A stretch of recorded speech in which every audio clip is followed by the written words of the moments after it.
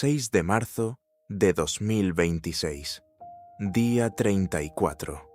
Y mientras el mundo que sigue el caso Nancy Guthrie estaba concentrado en el metraje del vehículo de las 2:36 de la madrugada en camino real, en la teoría del jammer de Wi-Fi y en el regreso del FBI al vecindario puerta por puerta, los investigadores del FBI y del departamento del sheriff del condado de Pima estaban haciendo algo en silencio que nadie había reportado con suficiente detalle, hasta que Men's Journal lo publicó esa tarde. Estaban buscando guantes a 6 millas, a 7 millas, en un radio que cuadruplica el perímetro de búsqueda que el público creía que estaba activo desde las primeras semanas de la investigación. La cobertura mediática de los guantes en este caso se había concentrado en un par específico: los guantes negros encontrados a 2,5 millas de la casa de Nancy.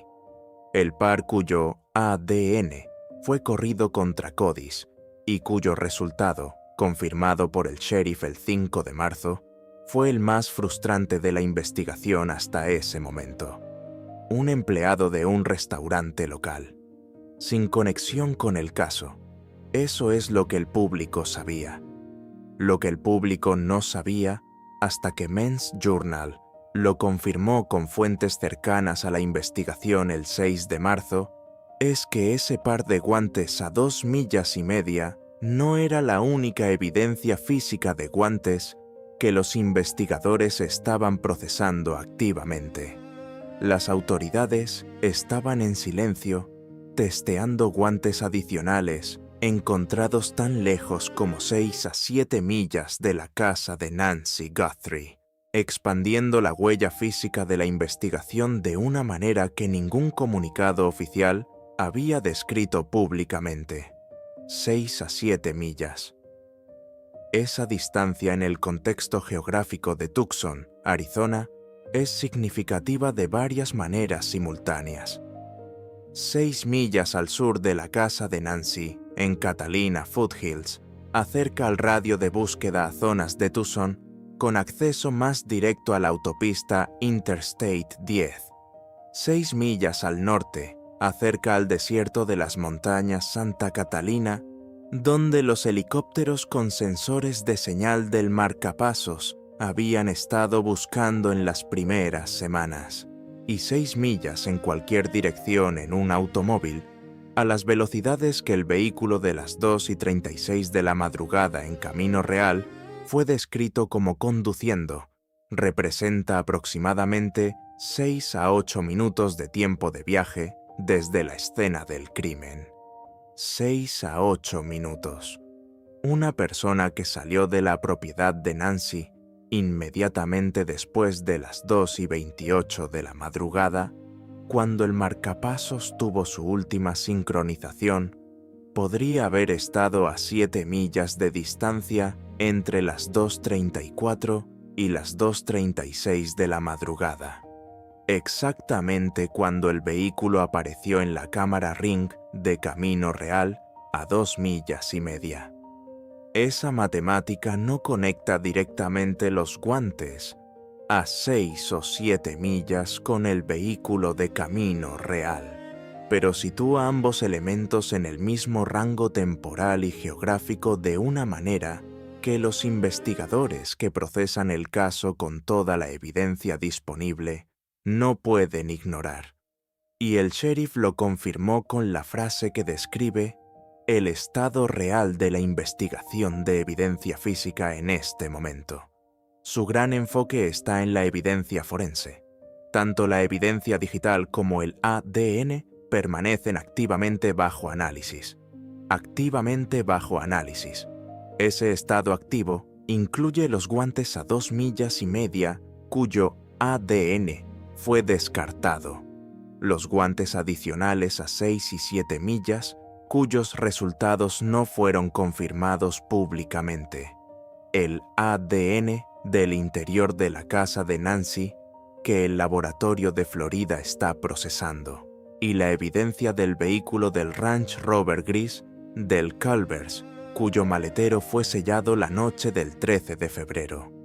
Y entonces llegó la exagente del FBI, Jennifer Coffin Duffer, con el detalle más específico y más accionable que ningún análisis del video del Porsche había producido en 34 días. Un detalle que no está en el ADN, ni en los vehículos, ni en los guantes. Está en la cara del sospechoso, en lo que es visible a través de la máscara de esquí. Él es muy identificable. Las cejas, el bigote, la manera en que se viste, el anillo de meñique que lleva, el anillo de meñique. En 34 días de análisis del video del Porsche, con millones de personas descargando, ampliando y examinando las 4 fotografías que el FBI director Kash Patel publicó el 10 de febrero, el anillo de meñique del sospechoso no había recibido la atención específica que Coffin Duffer le dedicó en su análisis de la semana del 6 de marzo. Y ese detalle, articulado por alguien con 28 años de experiencia en perfilación criminal del FBI, no es cosmético. Un anillo de meñique es un objeto de joyería personal. Tiene un tamaño específico, un estilo específico, un material específico que puede ser visible en el metraje ampliado. Y si el sospechoso usa ese anillo habitualmente, lo llevaba el 1 de febrero porque era parte de su apariencia normal, no porque lo eligió como parte del disfraz. Eso significa que ese anillo puede estar en la mano derecha de la misma persona, en cualquier otro metraje de cualquier cámara de seguridad, en cualquier lugar donde el sospechoso haya estado antes o después del crimen. Las cejas también son específicas. El bigote negro ya era parte de la descripción oficial del FBI, pero Coffin Duffer añadió las cejas como elemento identificatorio, separado porque las cejas, que son visibles en la abertura superior de la máscara de esquí, tienen una forma, un grosor y una densidad que son tan individuales como las huellas dactilares para alguien con entrenamiento en identificación facial. Y la manera en que se viste, que Coffin Duffer identificó como tercer elemento de identificación, incluye la combinación específica de ropa de colores neutros, la mochila Ozark Trail en la posición inusual entre las piernas en lugar de la espalda y el holster visible en la cadera en una posición que ningún experto en armamento había visto antes en ningún contexto operacional real. Muy identificable. Esa evaluación de Coffin Duffer sobre la identificabilidad del sospechoso es el argumento más directo disponible de por qué alguien que lo conoce en su vida cotidiana, que lo ve en el trabajo, en el vecindario, en el bar, en la ferretería, puede reconocer esa combinación de cejas, bigote, anillo de meñique y manera de vestirse en la persona que tiene frente a suya. Y Heather Barnhart, experta en forense digital del Instituto Sands y de Cellbrite, la misma organización que proporcionó análisis forense en el caso de los asesinatos de la Universidad de Idaho, añadió la evaluación más técnica disponible sobre la dimensión que el sospechoso probablemente no anticipó completamente. Las personas olvidan cuánto se extienden sus datos a través de los dispositivos. Lo mismo que hace difíciles las investigaciones, hace difícil para los criminales limpiar su rastro. Tu teléfono es el testigo silencioso de tu vida. Sabe todo lo que haces. Entonces, formar esos patrones y luego buscar cualquier anomalía de alguien que intenta esconder su huella digital es clave aquí. Tu teléfono es el testigo silencioso de tu vida.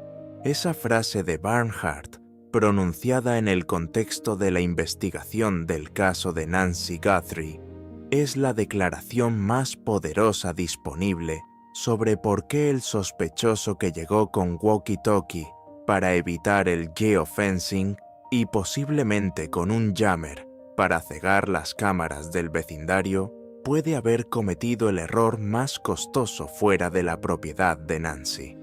Si en algún momento, antes o después del 1 de febrero, el sospechoso tuvo un teléfono celular activo en el área de Catalina Foothills, ese teléfono produjo una huella digital, registros de torre celular, historial de GPS si alguna aplicación tenía acceso a la localización, patrones de conectividad Wi-Fi que muestran qué redes detectó el dispositivo y si apagó el teléfono en algún momento específico en el área de la escena del crimen, ese apagado mismo es una anomalía registrable en los datos de la torre celular.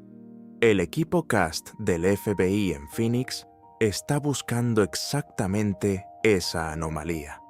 El patrón de actividad de un dispositivo que se comportó de manera diferente en las horas del 31 de enero al 1 de febrero de 2026 en el área de Catalina Foothills. El dispositivo que se apagó a una hora inusual, o que cambió de red a una hora inusual, o que produjo una brecha en su patrón de conectividad que corresponde exactamente al período en que el sospechoso estaba en la propiedad de Nancy con el posible jammer activo. Barnhart fue específica sobre la dimensión que hace que ese análisis sea más poderoso que el geofencing simple que el walkie-talkie habría derrotado. Si el sospechoso tenía un teléfono, incluso apagado, los patrones de datos circundantes de otros dispositivos en el área pueden detectar su presencia por ausencia.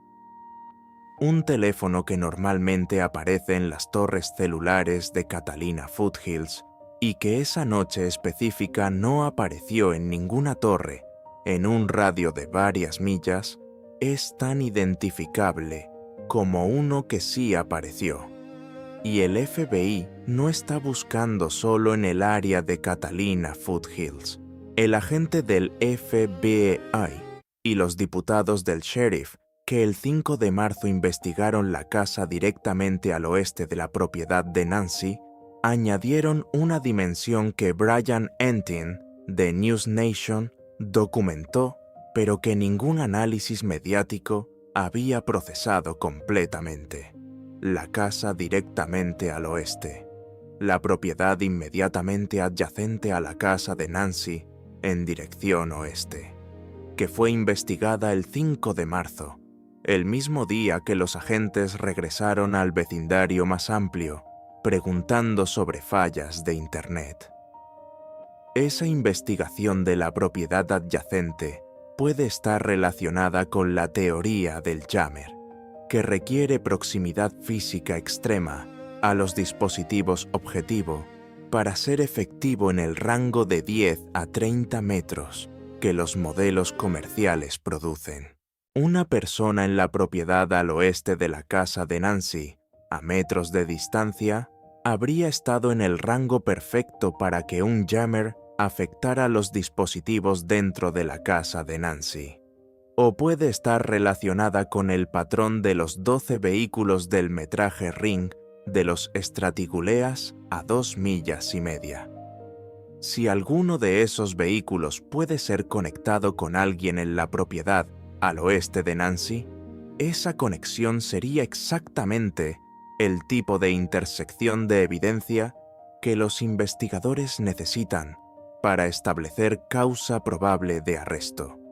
Y mientras todo ese análisis ocurre en silencio en los laboratorios del FBI y en la oficina de la Task Force en Tucson, el incidente de Antonio de Jesús Pena Campos revela algo sobre el caso que ningún análisis forense puede capturar completamente. Pena Campos, el hombre de 34 años arrestado por Dewey la noche del 26 de febrero, después de circular entre 50 y 100 veces frente al memorial de Nancy con su foto en el teléfono, no tenía conexión con el crimen. Eso fue confirmado por el departamento del sheriff del condado de Pima con la precisión más directa posible, sin conexión con la investigación de Guthrie. Pero la imagen de Pena Campos en su auto azul, dando vuelta tras vuelta frente al memorial de Nancy, en la noche 25 de la investigación, es la ilustración más concreta disponible de la dimensión del fenómeno que este caso generó en Tucson y en el área circundante.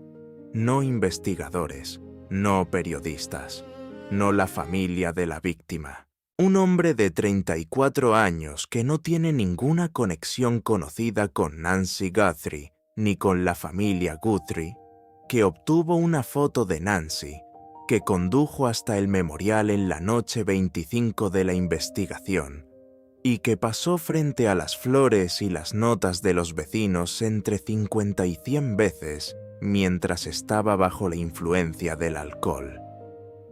Betsy Brandner Smith, de la Asociación Nacional de Policía, lo contextualizó con la frase más directa sobre el tipo de atracción que los casos de alto perfil generan en personas cuya motivación para estar cerca de la escena del crimen no es criminal en el sentido convencional, sino psicológicamente compleja, de una manera que el ecosistema de crimen real en Internet amplifica. En este tipo de situación donde tienes el potencial de un sospechoso que hizo esto, porque de alguna manera está obsesionado con Savannah Guthrie o con ver a Nancy, destacada en el Today Show, múltiples veces, podrían querer volver y ver el impacto que tuvieron. El sospechoso puede estar francamente orgulloso de que hasta ahora se haya salido con la suya. Orgulloso. Esa palabra es el puente entre la teoría del sospechoso que regresa al memorial y la imagen de Pena Campos dando vueltas con la foto de Nancy en el teléfono.